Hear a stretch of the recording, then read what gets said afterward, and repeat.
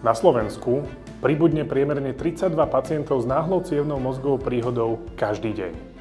Je to naozaj veľmi častá diagnóza, s ktorou sa stretávame v teréne. Môže prísť náhle a aj z plného zdravia. Príznaky cievnej mozgovej príhody sú ale našťastie veľmi ľahko rozpoznateľné a to je v prvej pomoci kľúčové. Rozpoznať ich môžete tak, že pacient bude mať ovisnutý ústny kútik, prípadne aj očné viečko, môže mať slabú polovicu tela, aj ruku, aj nohu a veľmi často sa stretávame s poruchou reči. Ten pacient môže zle artikulovať alebo bude hovoriť z cesty. Zároveň sa ale môžete stretnúť aj so závažnou mozgovou príhodou, ktorá je sprevádzaná často aj poruchou vedomia. Prvá pomoc je však veľmi jednoduchá a poďme si ukázať ako na to. Ako prvé musíme čo najrýchlejšie zavolať záchrannú zdravotnú službu na číslo 155, lebo nám ide o každú minútu. Následne môžeme pacienta uložiť do polosedu, aby mal zdvihnutú hlavu. Pacienta upokojujeme, kontrolujeme. Do príchodu záchrannej zdravotnej služby môžeme nachystať pacientovú dokumentáciu, ak ju má po ruke,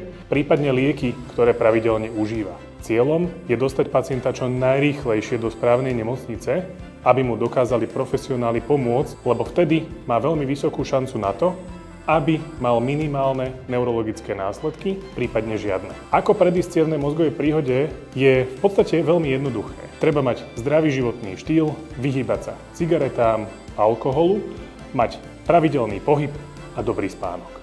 Nepodceňujme to.